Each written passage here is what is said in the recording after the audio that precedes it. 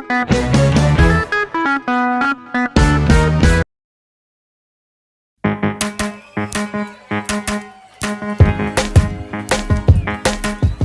I am scared of what I don't know, when I'm afraid, thinking I'm alone, you remind me that I still belong. God, you help me to grow. When I am scared, I don't feel strong. When I'm afraid, something is wrong. You remind me that you're in control. You teach me to know I am learning. You make me so courageous. You make me curious. There is so much you have given, so much to explore. You're teaching me I'm gonna be a better me.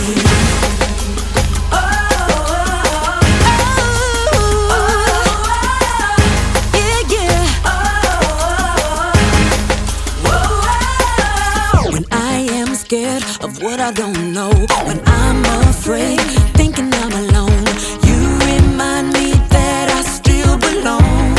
Oh yeah, God, you help me to grow.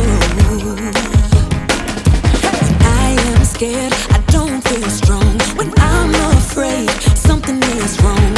You remind me that you're in control.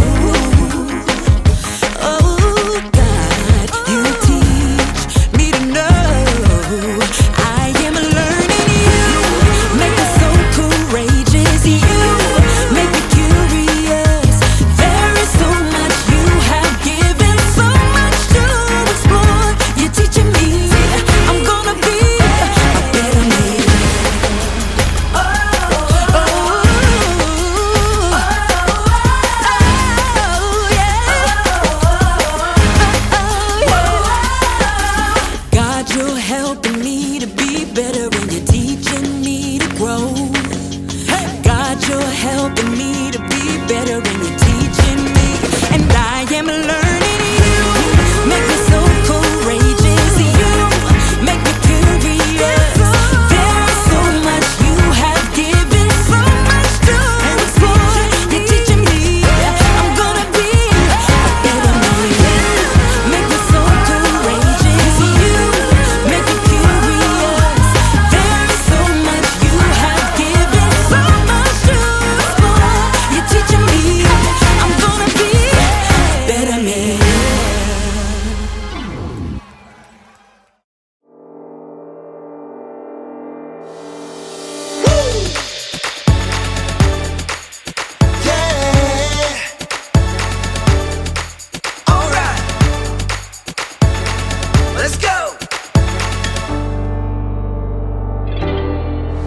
There is nothing impossible. No, there is nothing too difficult. Because you're with me, I am not afraid. Nothing is too hard for you. With you, I can do very big things. God, with you, I can do very big things. I know it's true. I can do very big things. You're with me, I know it's true. I can do big things. I can do it, it's true. I'm doing very big things. I can do it, it's true. I'm doing very big things. I can do it, it's true. I'm doing very big things. I can do it, it's true. I can do it. When you are with me, I am feeling brave. When you are with me, I am not afraid. God, you are with me, so I can be strong. 'Cause nothing is too hard for you. No, with you, I can do very big things. God, with you, I can do very big things. I know it's true. I can do very big things. You're with me, I know it's true. I can do big things. I can do it, it's true. I'm doing very big things. I can do it, it's true. I'm doing very big things. I can do it, it's true. I'm doing very big things. When I'm up, I can do it. When I'm down, I can do it. All around, I can do it. God, you are with me. When I'm up,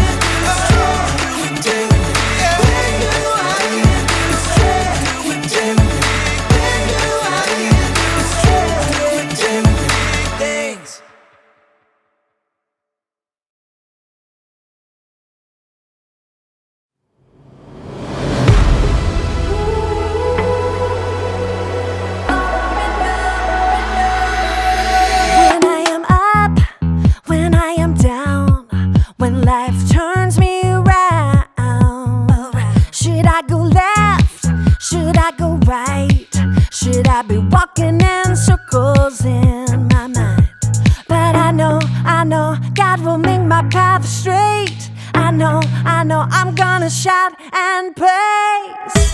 My God can be trusted over and over and over again. My God can be trusted over and over and over again. Over and over and over again.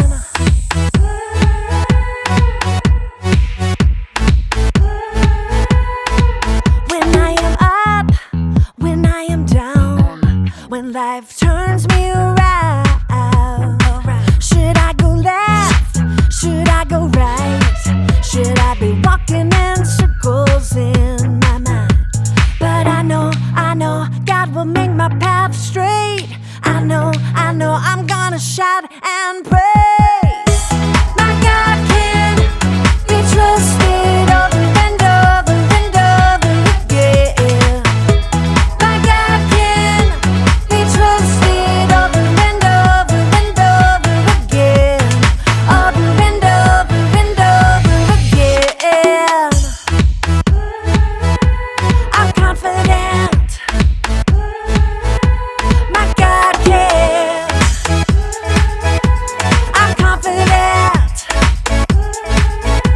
My God can. I know. God will make my path straight. I know. I'm gonna shout and praise. I know. God will make my path straight. I know. I'm gonna shout and praise. My God can be trusted over and over and over again. My God can be trusted over and over and over again. My God can be trusted over and over and over again. My God can be trusted over and over and over again. Yes, He can. Over and over and over again. I'm confident. My God can. I'm confident. My God can. Over and over and over. I can trust Him. Over and over and over again. Let's see. Catch 22.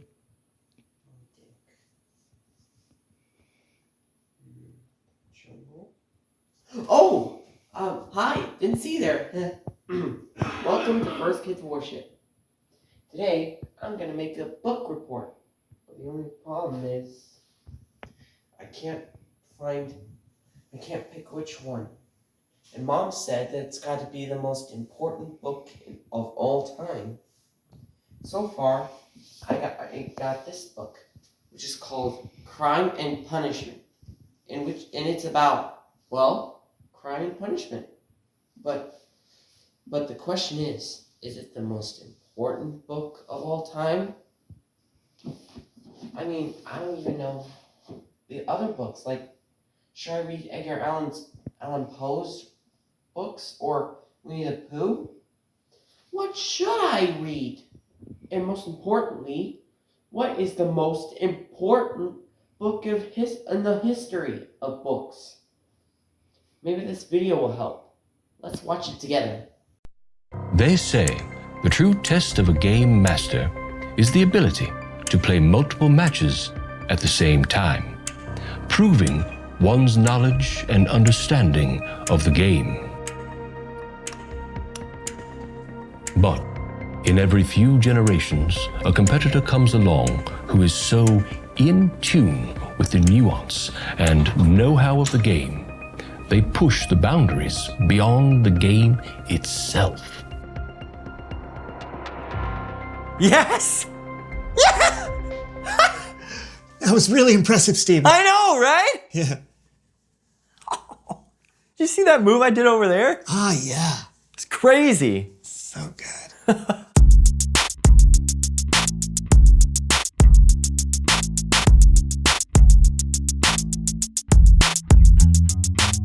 Welcome to the So-and-So Show. I'm Brandon, that's Steven. And today we're brought to you by The letter N, because it's always good to learn some knowledge. You do know that starts with a K, right? Yes. Yeah. Today, we're brought to you by the letter K, used in words like cabinet, caboose, Colorado, and clock. Those start with C. Right, but clock ends with a K, right? That's right. Words like clock. Okay. Hey, that reminds me, did you ever learn how to set that new alarm clock I got you for Christmas? Oh, you mean this one? Yeah, that's the one. Nah, no idea. Oh. You sure you don't want to, look it up or ask someone for help? I'll figure it out. You can just ask someone. It wouldn't be that hard to do that. I'm good. All right, there's no shame in asking. I got it! Moving on. Please welcome someone who knows stuff. Hey guys! Hey! So pumped to have you back on the show. Thanks, Yeah. I'm so excited to be here. Yeah, for those of them who may have missed you before, tell us who you are and what you know. Okay, my name's Mishka, and I am now a 22-time robotics champion and a maker/inventor. I love taking things apart to see how they work and then putting them back together. Hey, Steven, you know what you could ask her about? I know what you're getting at, but I'm gonna figure it out myself. Figure what out? Nothing! So what have you been working on? Well, I have a device that automatically makes peanut butter and jelly sandwiches. Really? That's amazing, and I am so hungry. But for some reason, it keeps setting the sandwiches on fire. Oh, I'm not that hungry. I've also been working on a system that trains squirrels to carry your mail to and from your mailbox. Wow. But right now, the squirrels just take the mail and hide it in the trees. Oh. Well, it's good that you're always trying to learn how to do new things. Of course, I try and learn one new thing every day. It could be simple or it could be really complex. The key is keep trying and never be afraid to ask for help. Ask for help? Really? Oh, what's in the box? Oh, I almost forgot. It's something I've been working on for a while. They've actually started selling them in stores. What is it? I call it the Robotic Rise and Shiner. Oh, this is incredible! Thank you. No, I mean, yes, this is incredible, but the thing is, we actually, you want to tell her about... No, see, I actually got Wait, I'm Steven. sorry. What is going on?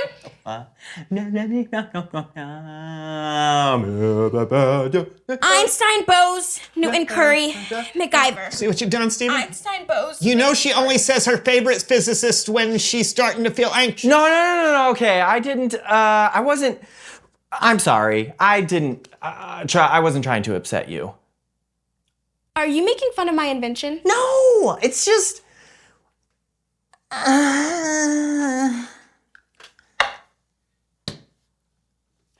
You got one? Oh my gosh. Do you like it? Wait, why didn't you tell me? Do you hate it? Did it not work? Is it a complete failure? Einstein, Bose, Newton, Curry, MacGyver. No, Einstein, Bose, Newton, it's Curry, okay. It's just, I actually just haven't figured out how to even turn it on. What? Were the instructions not clear? I kind of threw those away. I wanted to figure it out myself, which I couldn't do, so now it just kind of sits here. But why didn't you just ask me for help? Because I was embarrassed that I didn't know how to turn on an alarm clock. What? Do you know how many things I don't know how to do? No. I had to read instructions on how to use my toothbrush. And it's not even electric. What? Yes. I mean, how are you supposed to know something if you haven't learned it yet? Even the smartest people in the world are trying to learn new things. That's why they're the smartest people in the world. Exactly. Mm-hmm. Do you want me to show you how to start it? Yeah. Okay. You just push this button. Push that one. And hold down Hold this that. one. And then you turn this one like then you this. Boom. That's it. Hello, I am RRS, Robot Rise and Shiner, or REES for short. Just tell me what time you would like to wake up, and I will make sure you are awake. Would you like to hear my alarm? Yes, and make it loud. No!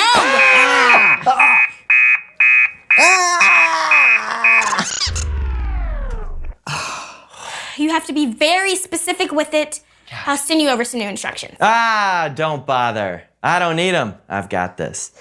Do this, do this, do this. There. Self-destruct mode. This robot will implode in 5, 4, 3, 2. Yeah, could I maybe get those instructions, please? Yeah, no problem. No problem. It's Bible story time with Kellen!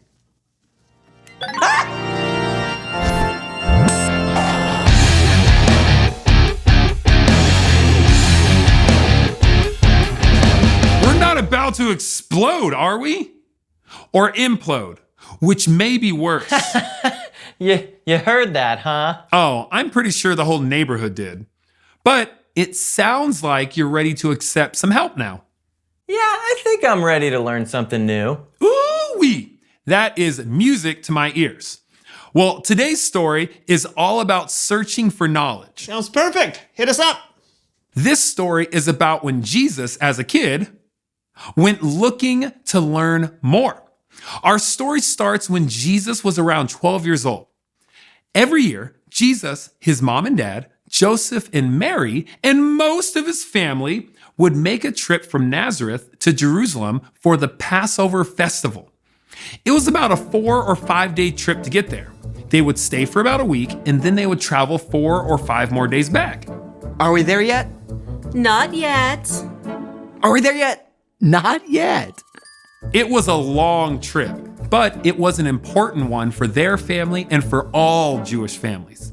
The Passover festival was a time to celebrate and remember when God rescued their people from slavery in Egypt. So, I'm sure when they arrived in Jerusalem, they were very, very excited. Yahoo! We're here! First, we'll need to prepare for all the festivities. Then we'll have the feast.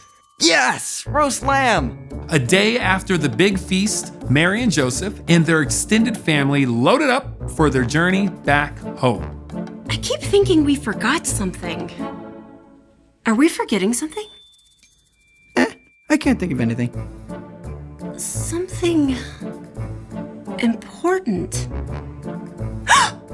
Now, I'll have to give Mary and Joseph some slack here because it was a big caravan of family members and everyone just assumed that everyone was there and was accounted for. But when they stopped for the night, they came to a frightening conclusion. They had left Jesus back in Jerusalem, a full day's journey from where they were. Oh, no! Oh, no, no, no, no, no, no, no, no, no. He's all alone and scared. We have to find him. I can't imagine what that must have been like. Losing your child in a store, well, that's one thing. But leaving them in a city by themselves for almost 2 days had to be unimaginable. But they finally made it back to Jerusalem. The problem was, it was like finding a needle in a haystack. They had no idea where Jesus might be. Jesus! Anybody see a 12-year-old boy? Jesus! Anybody? Excuse me, sir. Who, me? Yes, have you seen our son? He's 12 years old. No, I'm sorry. I haven't seen him. What are we going to do?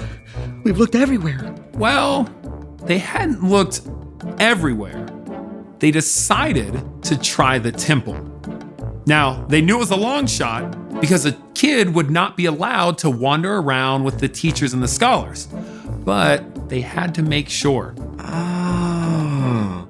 When they got to the temple, they found Jesus sitting with the teachers, listening to them and asking questions. Now, we don't know exactly what they were talking about or what Jesus said to the teachers, but the writer, Luke, he wrote, "Everyone who heard him was amazed at how much he understood.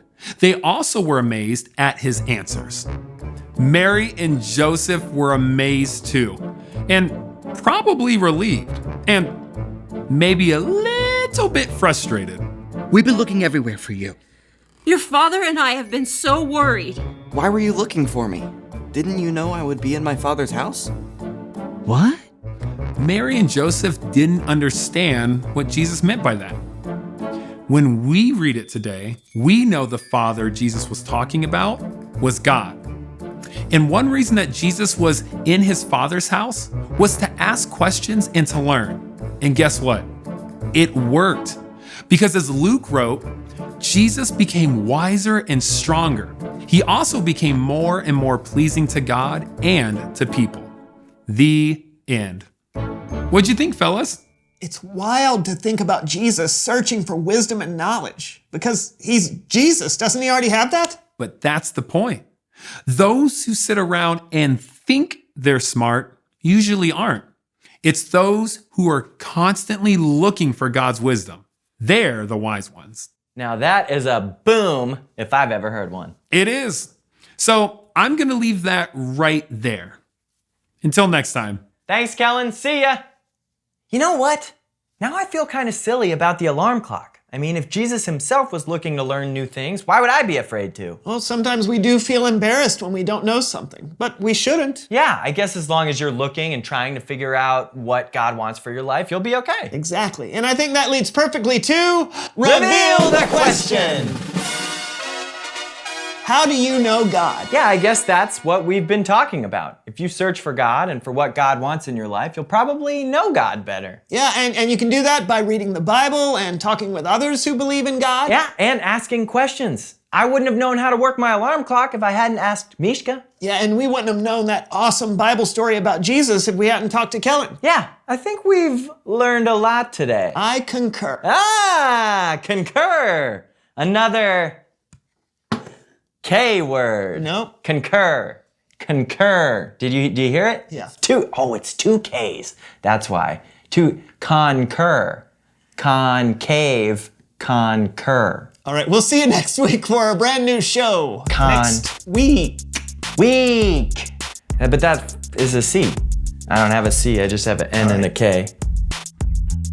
You should really go to school. Okay. Hello? Reese says, pat your head and rub your belly. Reese says, turn like a ballerina. Reese said, stand on one foot. Reese said, do a dance. I think I'm out. Do the robot. Oh, I know. Reese didn't say. Oh, now I get it. Knowing God is the most important thing in the whole world. And that means the most important book in the whole world is the Bible. So, because it's been around for so long and it has something that got to do with God talking us through this very book. So, how can you remember that knowing God is the most important thing in the whole world? Don't forget to click like, subscribe, and leave a comment. And remember, God made you special, and He loves you very much. Bye-bye.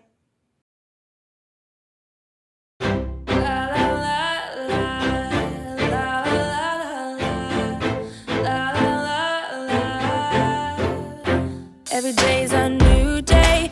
Can't wait to see what comes my way as I stand on the sand beside the ocean, looking at everything in motion. I think about all the possibilities, so many things that I can be.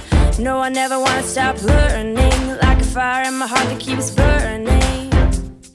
The world comes alive.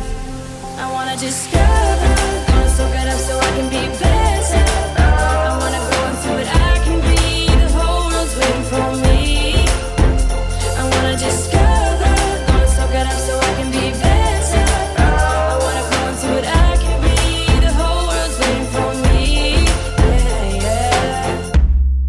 Today I get to turn a new page, discovering my story in a different way, closing the chapter of an old book, now reading the words with a new look. All the people that I meet, stories are so inspiring, so many words unwritten, learning with my heart wide open. The world, it comes alive. I wanna discover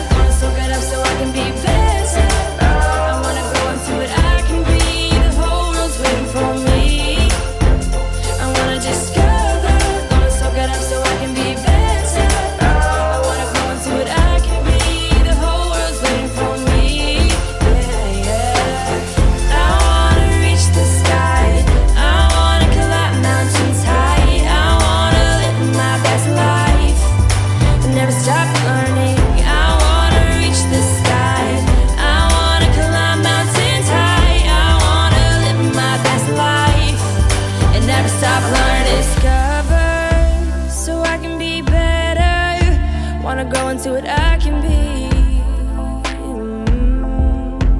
I wanna discover so I can be better.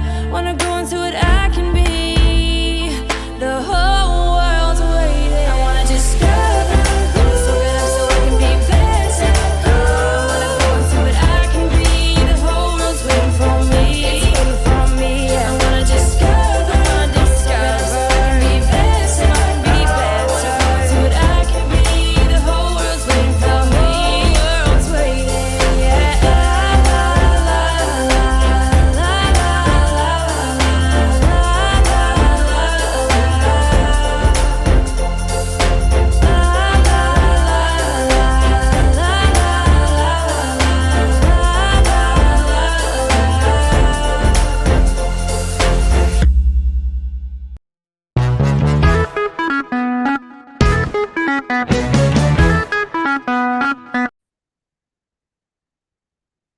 So this whole month, we're learning that learning something new is so you can be better at whatever you do.